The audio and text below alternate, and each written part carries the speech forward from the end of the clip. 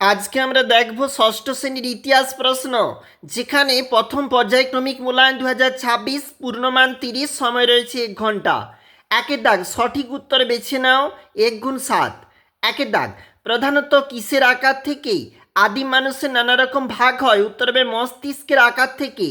দুয়ের দাগ, কোনটি আদিম মানুষের সংস্কৃতির অংশ ছিল না? উত্তর হবে পোড়ানো ইটের বাড়ি বানানো। তিনের দাগ, হরপ্পা সভ্যতার বাড়িগুলি কি দিয়ে তৈরি হতো? পোড়া ইট দিয়ে তৈরি হতো।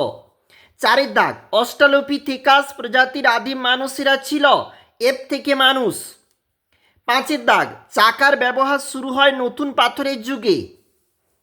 ছয়ের দাগ, ভীমবেটকা অবস্থিত মধ্যপ্রদেশে।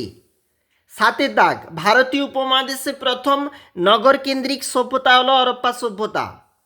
দুয়ের দাগ, 1 গুণ 4, ঠিক না ভুল লেখো। ভীমবেটকা গুহায় পুরানো পাথরের যুগের মানুষেরা থাকতো। উত্তর হবে ঠিক। দুয়ের দাগ, বেমানান শব্দটি লেখো। উত্তর হবে মেহেরগড়। এটা হবে বেমানান, মেহেরগড়। তিনের দাগ, হোমো হাবিলিস কথার অর্থ হচ্ছে দক্ষ মানুষ।